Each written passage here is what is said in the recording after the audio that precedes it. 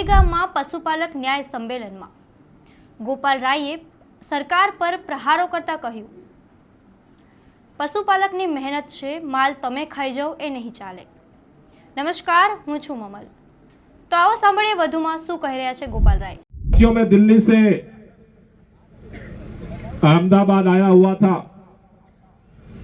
आंदोलन की आपकी खबरें छोटी छोटी कभी कभी दिल्ली तक पहुंच रही थी।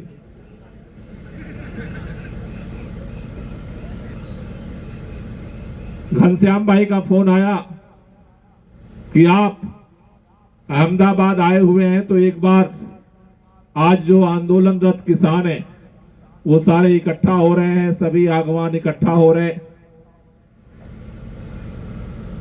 इसलिए आपके बीच में हाजिरी लगाने और दिल्ली का भी आपको समर्थन देने के लिए आपके बीच में उपस्थित हुआ हूं। साथियों, आप मांग क्या कर रहे हो? दहगांव के किसान पशुपालक क्या मांग रहे हैं? इस सरकार से, डेयरी के डायरेक्टर से क्या मांग रहे हैं? कह रहे हैं हमें उत्तम डेयरी की जगह मधुर डेयरी में दूध बेचने का हमें अवसर दिया जाए। इतनी तो बात है, यही तो बात है। कह रहे हैं भाई, जो लाभ डेयरी कमाती है उस लाभ में से दूध तो डेयरी का डायरेक्टर नहीं पैदा करता, दूध डेयरी का मेंबर तो नहीं पैदा करता, दूध पैदा करता है पशुपालक किसान। तो जो मुनाफा होता है उस मुनाफे में से हमें भी हिस्सा दो, क्योंकि हमारे हिस्से से ही तुम्हारी डेयरी चलती है और तुम्हारी जिंदगी भी चलती है। मेहनत पशुपालक करता है और माल डायरेक्टर खाता है, ये अब नहीं चलने वाला। सरकार को सब खबर है, लेकिन सरकार क्यों नहीं सुन रही?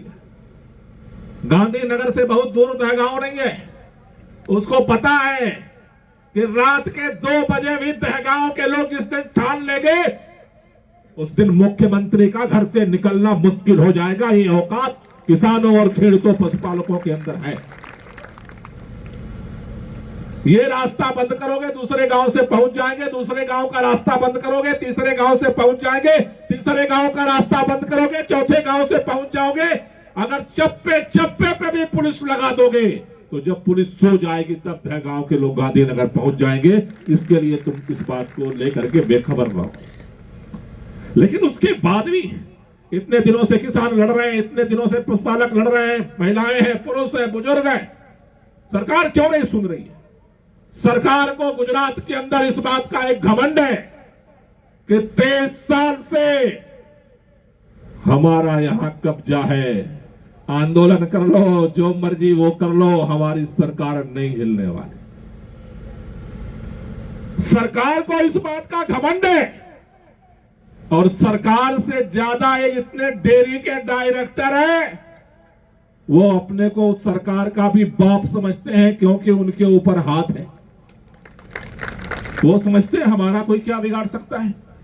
आज पूरे गुजरात के अंदर लेकिन एक नए तरह का आंदोलन खड़ा हो रहा है।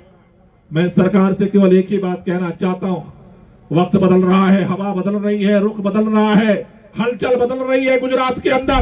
आ समग्र मामले आप શું વિચારો છો? કોમેન્ટ કરીને અમને જરૂરથી જણાવજો। અત્યાર માટે બસ આટલું જ। ધન્યવાદ।